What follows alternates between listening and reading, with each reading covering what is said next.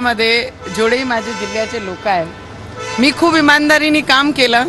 काही लोक मैदान जिंकण्यासाठी येतात, काही लोक दुसऱ्यांचा पराभव करण्यासाठी मैदानात येतात. त्याच्यात दोन्ही अंतरला वाटते की आमचे पक्षाचे जेवढेही मोठे नेते आहेत त्यांना प्रत्येक गोष्टीची जाण आहे की महाविकास आघाडीने जे खोटा प्रचार पूर्ण देशामध्ये जे राबवलं होतं आणि स्पेशली राहुल गांधीजींनी ज्या पद्धतीने प्रत्येक मंचावर हातात संविधान घेऊन संविधान बदलणार, आमचे मागासवर्गीय लोकांना हे विश्वास त्यांच्या मनापर्यंत खोट्या बातम्या कोरल्या होत्या.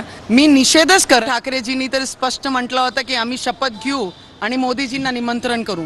तर दिवसात स्वप्न घेणारे उद्धव ठाकरे आणि त्यांचे पोपट ते आहे. त्यांना माहीत आहे कोणी आता शपथ घेतलेली आणि येणाऱ्या भविष्यामध्ये महाराष्ट्राची जनता ज्या पद्धतीने काम केलं, या लोकसभामध्ये ज्यांनी प्रतिसाद दिलं, पर्सेंटेज ऑफ वोट जे या महाराष्ट्र